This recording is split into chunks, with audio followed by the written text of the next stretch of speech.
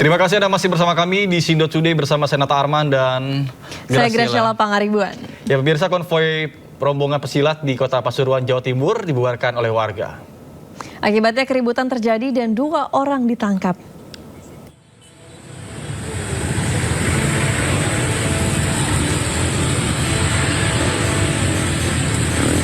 Pembubaran konvoi puluhan pesilat oleh warga terjadi di Jalan Gatot Subroto, Kota Pasuruan, Jawa Timur.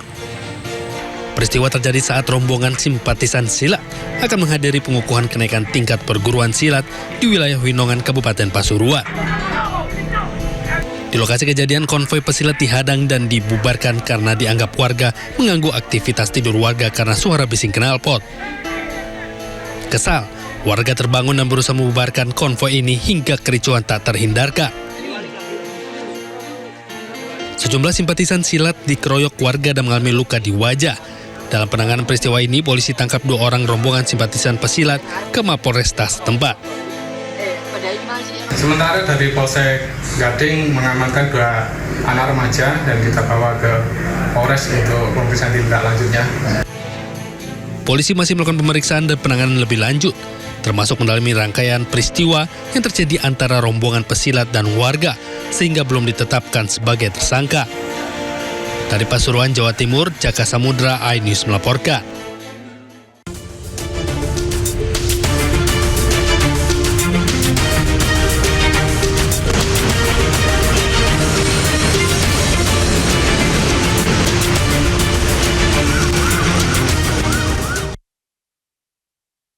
Ya pemirsa, saya akan simak pemantauan lalu lintas pada hari ini dan kami telah terhubung dengan Bribda Jessica Renden dari NTMC Polri yang kini berada di kawasan Gudang Peluru Tebet, Jakarta Selatan. Bribda Jessica, bagaimana pantauan arus lalu lintas dari tempat Anda melapor? Silakan dengan laporan Anda. Baik, terima kasih Nata dan juga Nala. Serta bagi pemirsa, kembali kami informasikan kondisi arus lalu lintas pagi hari ini dari kawasan Gudang Peluru Tebet, Jakarta Selatan. Dan pemirsa, untuk kondisi lalu lintas pagi hari ini sudah mulai mengalami peningkatan volume, terutama untuk arus lalu lintas dari arah Pondokopi akan menuju ke arah Kuningan. Tampak terjadi perlambatan pada kawasan ini yang didominasi oleh kendaraan roda 4 dan juga sepeda. Kepadatan kendaraan terjadi akibat meningkatnya volume arus lalu lintas menuju kawasan tas dan perkantoran, sehingga laju kendaraan berlangsung perlahan dan terdapat antrean. Pengguna jalan diimbau tetap menjaga jarak aman dan mengurangi kecepatan maksimal kendaraan. Sementara itu, untuk kondisi arus lalu lintas dari arah sebaliknya yang akan menuju ke arah Pondokopi, arus lalu lintas relatif lancar, dapat bergerak dengan kecepatan berkisar 40 hingga 60 km per jam. Adanya hambatan yang berarti pada ruas jalan ini. Lalu lintas yang akan mengarah ke Salemba sendiri juga dalam kondisi kondusif ramai lancar yang didominasi oleh kendaraan milik pribadi, sepeda motor, dan juga kendaraan roda 4. Perlu kami ingatkan kepada setiap pengendara, baik penumpang roda 2 wajib menggunakan helm berstandar nasional untuk menjamin keselamatan kendaraan. Dan pemirsa, sepanjang ruas jalan Gudang Peluru terdapat sejumlah pertokoan dan fasilitas umum yang menjadi titik keluar masuk kendaraan masyarakat. Jalan dihimbau meningkatkan kewaspadaan saat melintas serta memperhatikan kendaraan yang akan berbelok atau bergabung ke ruas utama. Pengguna jalan juga dihimbau untuk tidak melawan arus karena dapat membahayakan diri Anda sendiri maupun pengguna jalan lainnya. Tetap ikuti arahan yang telah ditentukan, patuhi rambu dan marka jalan yang ada. Dan perlu kami informasikan berdasarkan data RSMS Korlantas Polri, angka kecelakaan lalu lintas di seluruh Indonesia dalam kurun waktu 1 kali 24 jam sudah terjadi 189 kasus laka lantas dengan rincian 9 meninggal dunia, 17 luka berat dan 140 luka ringan. Dari 189 kasus laka lantas tersebut, 73% terjadi pada rentang waktu siang hari yakni pukul 6 hingga 18 sore hari. Penyebab laka mayoritas dikarenakan para pengendara memacu kendaraan dengan kecepatan tinggi dan angka kecelakaan tertinggi terjadi pada rentang waktu 6 pagi hingga 9 pagi. Untuk itu, mari tertib berlalu lintas untuk menciptakan keamanan, kelancaran, dan ketertiban arus lalu lintas. Untuk kondisi arus lalu lintas selengkapnya, Anda dapat menghubungi call center kami di 1500669 atau bisa cek Instagram kami di @korlantaspolri.ntmc. Stop pelanggaran, stop kecelakaan, keselamatan milik kita bersama. Salam presisi dan kembali ke studio. Terima kasih Bribda Jessica Renden atas laporannya dari kawasan Gudang Peluru Tebet, Jakarta Selatan. Selamat kembali bertugas dan salam presisi.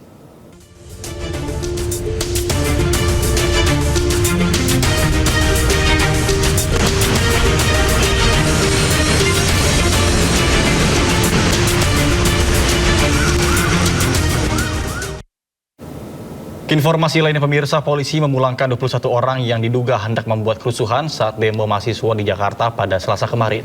Sebelumnya 21 orang tersebut diamankan lantaran kedapatan membawa petasan atau flare hingga bom molotov.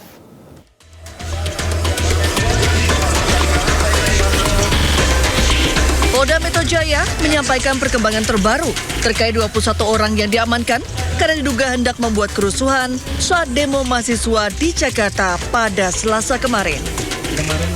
Setelah menjalani pemeriksaan, kini 21 orang tersebut telah dipulangkan.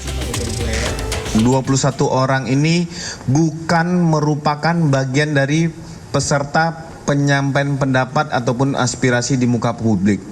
Jadi memang mereka datang mendengar akan adanya kegiatan-kegiatan penyampaian aspirasi. Seandainya terjadi keributan, kerusuhan, chaos dan lain, mereka juga ikut di dalam kegaduhan itu. Jadi tujuannya adalah ingin bergabung pada saat terjadi gangguan Kamtipmas.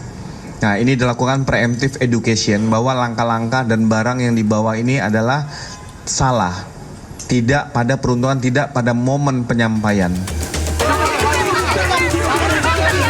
Sebelumnya, 21 orang diamankan aparat karena diduga akan membuat rusuh saat aksi penyampaian pendapat oleh mahasiswa di Jakarta pada Selasa. Mereka diamankan lantaran kedapatan membawa petasan atau flare hingga molotov.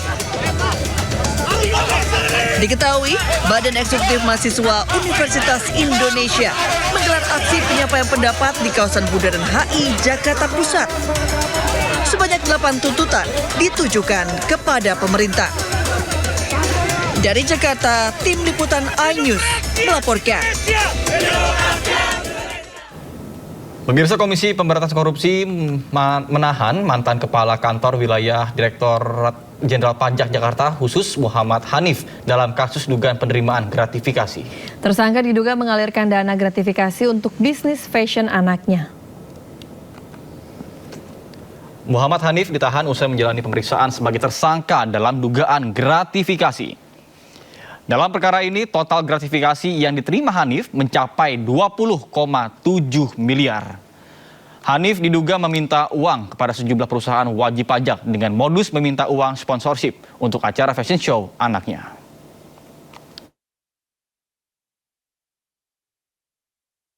ANV diduga telah melakukan perbuatan yang berhubungan dengan jabatan dan berlawanan dengan kewajibannya dan tugasnya dengan menggunakan pengaruh dan koneksinya untuk kepentingan dirinya dan usaha anaknya.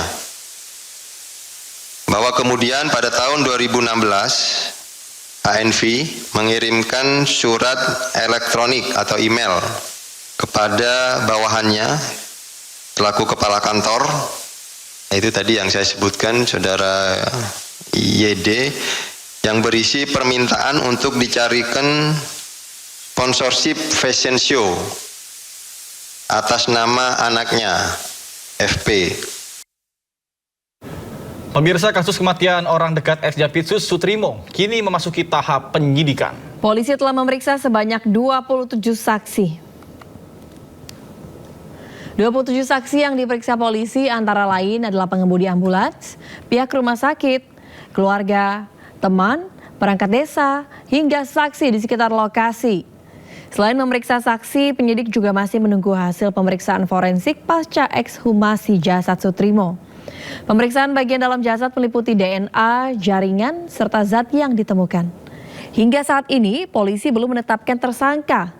Penyidik masih menunggu hasil pemeriksaan forensik untuk menentukan langkah penyidikan selanjutnya. Terkait tentang wafatnya, ditemukan meninggal seseorang bernama Sutrimo. Ini sudah memasuki proses penyidikan. Update-nya adalah telah melakukan pemeriksaan 27 orang saksi.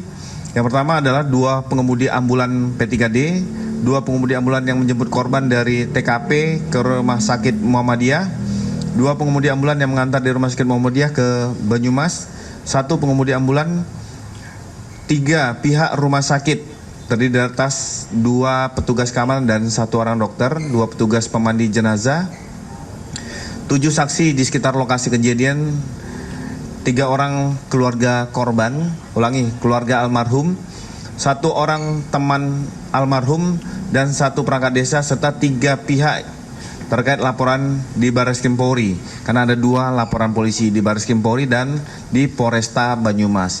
Terkait tentang proses ini berjalan, kami belum masuk ke ranah itu.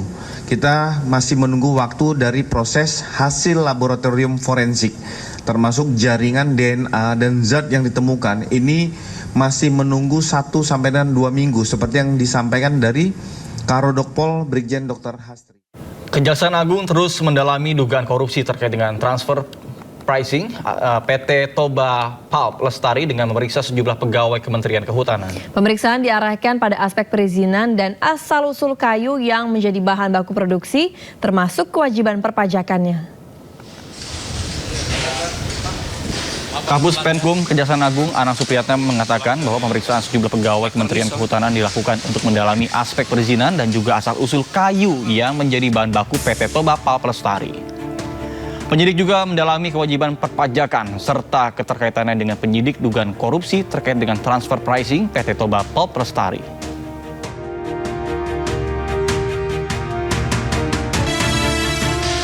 Memang kemarin ada pemeriksaan terhadap saksi-saksi yang dari kemarin 5 kalau tidak salah dari Kehutanan, dan hari ini juga ada pemeriksaan terhadap pegawai dari Kehutanan kurang lebih 4. Jadi sudah kurang lebih 9. Terkait dengan transfer pricing ini karena PT TPL ini kan produknya pulp. Pulp ini kan kayu bahan bakunya. Ketika bicara kayu kan bahan bakunya dari mana? Dari hutan kan. Maka dalam hal ini penyidik tipikor Gedung Bundar memastikan apakah perolehan kayu-kayu yang menjadi itu berasal ada izinnya enggak atau ilegal. Apabila izin ada resmi berarti ada pajaknya. Kalau ilegal berarti tindak pidana. Pemirsa, puluhan orang berunjuk rasa menolak sidang pra-peradilan diajukan mantan Jampitsus Febri Adriansyah. Aksi massa menimbulkan kemacetan di depan Pengadilan Negeri Jakarta Selatan. Membawa spanduk, puluhan orang berorasi di depan Pengadilan Negeri Jakarta Selatan. Dalam tuntutannya, massa meminta hakim menolak permohonan pra-peradilan diajukan mantan Jampitsus Febri Adriansyah. Massa juga mendesak perkara pokok yang menjerat Febri Adriansyah diusut tuntas dan segera menangkap seluruh pihak yang terlibat. Selama unjuk rasa berlangsung, polisi dikerahkan ke lokasi untuk mengurai kemacetan.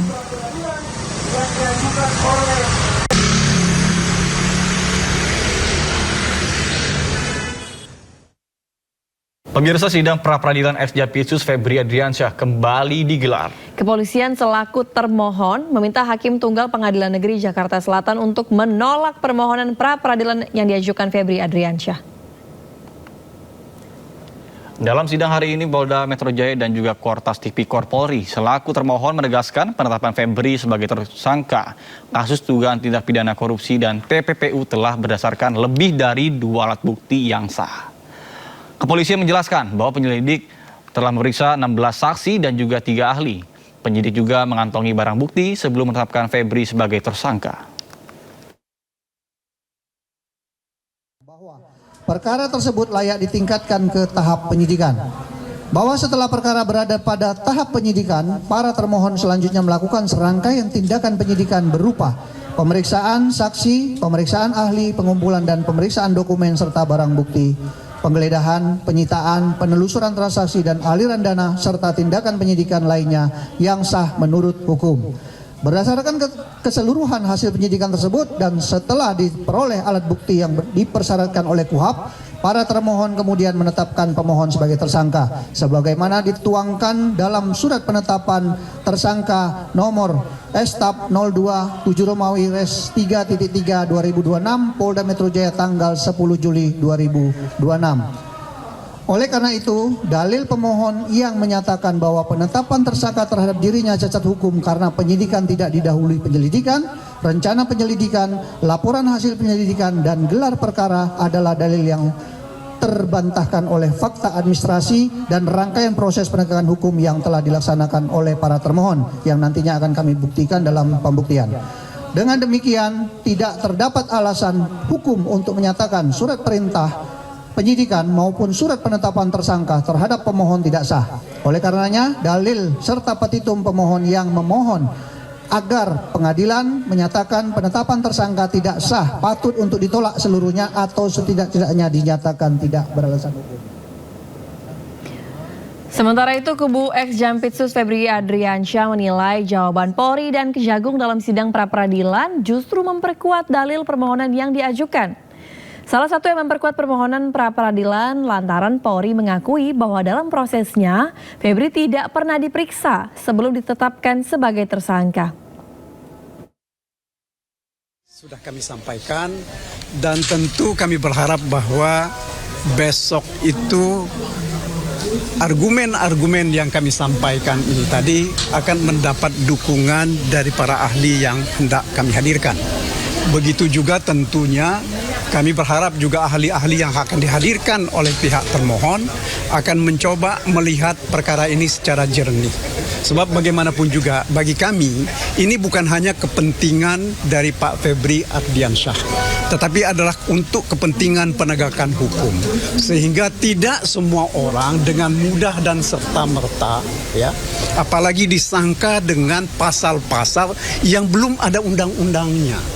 Ini kan akan merugikan kepentingan hukum orang dan juga ini adalah bentuk pelanggaran terhadap hukum yang dilakukan secara kasat mata. Pemirsa, kita akan menuju ke Pangkalan Udara TNI AU di Halim Perdana Kusuma, Jakarta untuk melihat penyaluran bantuan bagi korban gempa Nusa Tenggara Timur. Baik, selamat pagi. Untuk pemberangkatan yang berangkat dari posko TIS Halim ini, kita sudah membuat posko dari hari pertama yaitu tanggal 15 dan sampai dengan hari ini tanggal 20.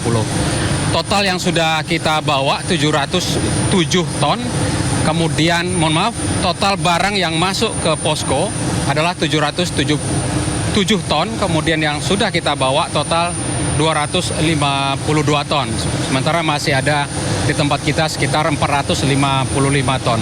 Adapun kekuatan TNI Angkatan Udara yang kita gunakan, pesawat-pesawat yang digunakan adalah A400, kemudian Hercules dan juga kita menggunakan Boeing. Untuk hari ini saja kita membawa sekitar 42 ton, itu menggunakan A400 yang ada di belakang kita saat ini, kemudian 2 Boeing. Jadi kira-kira distribusinya di area mana saja, titik mana? Titik yang kita distribusikan saat ini dari posko TIS Halim adalah kedua bandara, yaitu Bandara Labuan Bajo, kemudian Bandara Maumere. Kemudian dari kedua bandara tersebut akan didistribusikan melalui darat dan juga melalui helikopter dan pesawat-pesawat kecil dari TNI Angkatan Udara yang sudah di sana.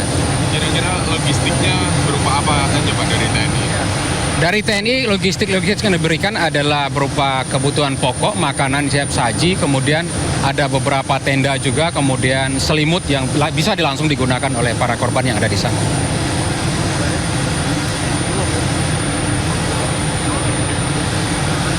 Cukup? Ya, terima kasih Pak. Oke, clear. Tadi nggak usah duluan ya, dan tentunya dipotong aja ya. Jumlahnya tadi.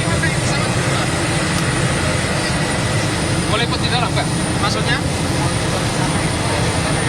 Oh, nggak apa-apa. Boleh. Didampingi aja. Didampingi dari pen. Yuk. Lihat ke dalam. Ya.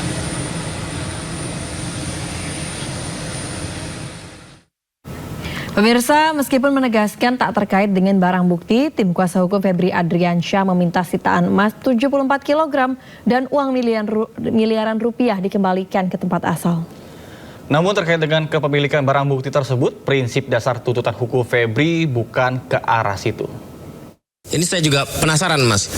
Untuk pembelaan tentang barang bukti emas 74 kg dan uang sitaan miliaran rupiah itu, nah ini gimana Mas Alfon? Milik siapa? Apakah publik akan dijelaskan bahwa hingga ujungnya adalah Pak Febri tidak bersalah? Prinsip dasarnya nggak di situ. Prinsip dasarnya adalah pada saat ini apakah memang yang klien kami FA alat buktinya itu banyak yang menyatakan bahwa bersangkutan itu terlibat dan menjadi seorang tersangka berdasarkan alat bukti dan barang bukti yang berkesesuaian semuanya. Prinsip dasarnya di situ dulu. Kalau semisal sudah terbukti, apa kira-kira barang bukti dan alat bukti yang ikut atau mungkin yang dihasilkan dari dugaan tindak pidana tersebut? Ini kan ada emas, ini ada uang 500 miliar. Pertanyaannya, apakah barang-barang tersebut itu ada relevansinya pada klien kami atau tidak? Itu menjadi pertanyaannya. Gitu ya. Yang kabarnya itu disewa oleh suatu yayasan, kan begitu kan? Berarti sudah tidak terhubung lagi dengan Pak Febri di situ, Pak FA. Ya, seperti itu sebenarnya harus dipahami bahwa siapa sih yang menguasai barang itu. Sementara ini sudah bukan tempat yang dikuasai oleh FA. Dari pihak Pak FA, apakah ada permintaan untuk mengembalikan barang bukti tersebut, emas 74 kg dan uang sitaan itu, apakah ada permintaan seperti itu, Mas? Dalam diktum-petum ada. Kenapa, Mas? Iya. Bukannya tidak ada hubungannya tadi katanya, Mas, dengan Pak FA? Betul, tetapi yang jelas pada saat ini bahwa proses penggeledahan dan penyitaan itu tidak sah. Dan kemudian dalam prinsip dasar kepada hak milik gitu ya, di mana dia menyita, di mana dia menggeledah, dikembalikan pada tempat asalnya. Saya tidak mengatakan itu Eva ya, tetapi di mana tempat dia ditemukan, di mana tempat dia digeledah, di mana tempat dia disita. Kembalikan situ. Ya, sementara itu dalam kasus lainnya, Pengadilan Negeri Jakarta Selatan menggelar sidang lanjutan pra-peradilan Dr. Tifa dengan agenda pembacaan kesimpulan. Dr. Tifa pun menyoroti kesimpulan jaksa penuntut umum.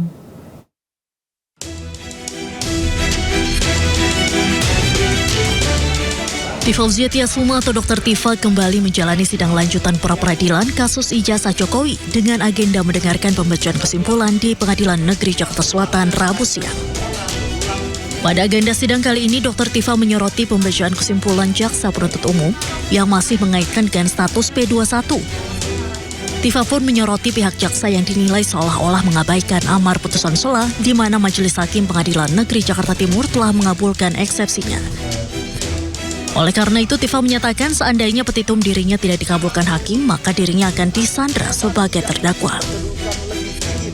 Dan bahkan tadi kalau saya mendengar kesimpulan di termohon itu tetap mendasarkan kepada P21. Jadi mereka itu membawa kepada seakan-akan sidang itu tidak pernah terjadi gitu loh. Sidang yang terjadi di PN Jakarta Timur 4 kali sidang dengan beban biaya begitu besar dari negara itu dianggap oleh jaksa itu seakan-akan nggak ada. Bahkan amar putusan pun juga dianggap oleh mereka seakan-akan tidak ada. Mereka menyiratkan bahwa ini kembali lagi ke P21.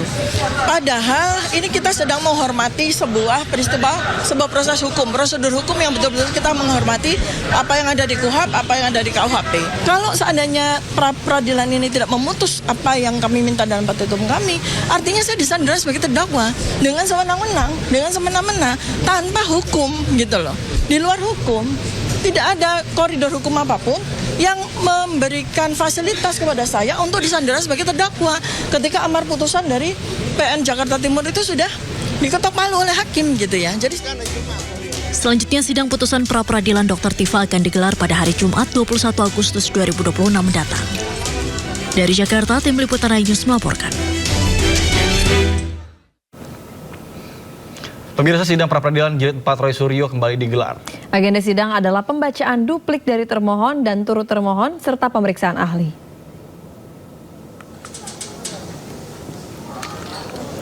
Sidang mempersoalkan pencekalan Roy dan tidak disampaikannya SPDP. Termohon yakni Polda Metro Jaya menyatakan pencekalan Roy sudah sesuai aturan. Selain itu, Polda Metro meminta hakim menolak permohonan Roy. Pihak termohon menganggap pra-peradilan keempat ini hanya mengulur waktu. Jangan menersangkakan orang sembarangan dengan menggunakan pasal-pasal yang gila-gilaan, yaitu ancaman hukuman 8 tahun 12 tahun penjara. Padahal masalah pokoknya adalah ada orang yang merasa tersinggung, merasa terhina. Makanya kemudian kalau kita challenge di pra-peradilan itu sangat sah. Dan dalam hal ini penyidik harus siap untuk di-challenge. Kami bukan tidak ada modal, kami punya modal spirit, modal pengetahuan dan lain sebagainya. Tadi coba dilihat, bagaimana kita bertanya kepada para ahli sampai habis waktunya. Sementara pihak termohon menyia-nyiakan banyak waktu karena dia tidak siap sendiri. Jadi sekali lagi, walaupun Anda punya kewenangan untuk melakukan penyidikan, kemudian menersangkakan orang, dan kemudian juga turut termohon bisa untuk mendakwa orang, tetapi tetap harus dalam koridor hukum, tidak boleh semena-mena, harus menghormati konstitusi dan hak asasi manusia. Pemirsa, berkali-kali ajukan pra-peradilan, Roy Suryo menegaskan langkahnya diperbolehkan selama statusnya masih tersangka. Roy Suryo menegaskan dirinya masih bisa terus ajukan pra-peradilan hingga dilarang oleh aturan yang selevel undang-undang dan acara pidana. Dan ketika status berubah, saya masih tersangka, belum jadi terdakwa. Itu makanya saya masih bisa mengajukan pra-peradilan. Dan pra-peradilan yang dilakukan itu memang boleh dalam Kitab Undang-Undang Hukum Acara Pidana yang baru nomor 20 tahun 2025 itu masih bisa dilakukan berkali-kali ya sampai apa? Sampai tidak boleh lagi. Nah, tidak bolehnya adanya apa? Adanya aturan. Sementara ini belum ada aturan atau tidak ada aturan yang ada. Dan aturan itu harus level dengan undang-undang, selevel dengan KUH acara pidana. Gak bisa levelnya itu ada di bawahnya kemudian melarang. Itu akan tertabrak dengan aturan di atas. Makanya kalau ingin kemudian mengubah aturan itu harus ada judicial review melalui Mahkamah Konstitusi misalnya untuk mengubah KUH. Ya pemirsa, untuk mengetahui suasana sidang di sana, kami sudah terhubung dengan rekan Steven Patinama dan juga juru kamera Novan Dwi yang kini berada di kawasan Pengadilan Negeri Jakarta Selatan. Selamat pagi Steven, apakah sidang Roy Suryo sudah dimulai dan agenda apa yang akan disidangkan pada hari ini? Silakan dengan laporan Anda. Baik, selamat pagi Lala dan juga pemirsa. Memang untuk hari ini merupakan lanjutan begitu dari sidang gugatan pra-peradilan keempat yang diajukan oleh tersangka dalam hal ini Roy Suryo terkait kasus dugaan pencemaran nama baik dan juga fitnah ijazah palsu Presiden RI ke-7 Joko Widodo. Memang hari ini akan kembali digelar begitu atau dilanjutkan setelah pada kemarin atau hari Rabu kemarin memang telah dimulai begitu agenda berupa pembuktian, maka hari ini kembali akan digelar di Pengadilan Negeri Jakarta Selatan masih dalam tahap agenda pembuktian, di mana hari ini akan menghadirkan seorang ataupun dua orang saksi ahli dari pihak terlapor dalam hari ini yaitu Polda Metro Jaya dan juga turut terlapor dalam hal ini adalah pihak Kejaksaan Negeri Jakarta Selatan. Jika pada kemarin dalam sidang pembuktian juga diberikan waktu bagi pihak pelapor yaitu pihak Roy Suryo untuk mengajukan dua saksi ahli, di mana kemarin salah satunya adalah ahli hukum pidana yaitu Profesor Didit yang sempat terlibat ketegangan begitu dengan pihak terlapor dan juga turut terlapor yaitu Polda Metro Jaya dan juga Kejaksaan Negeri Jakarta Selatan.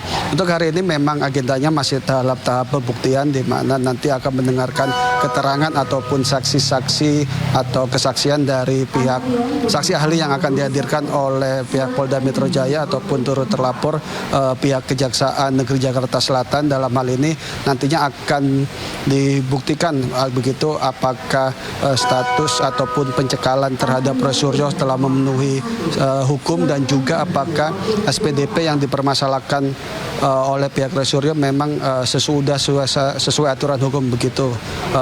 Itulah yang akan digali pada hari ini, sama seperti yang sidang kemarin yaitu pihak pelapor yaitu pihak Roy Suryo mempermasalahkan status pencekalan terhadap Roy Suryo dan juga tidak diberikannya surat SPDP kepada pihak Roy Suryo ataupun pihak pengacara. Begitu, kembali ke Anda.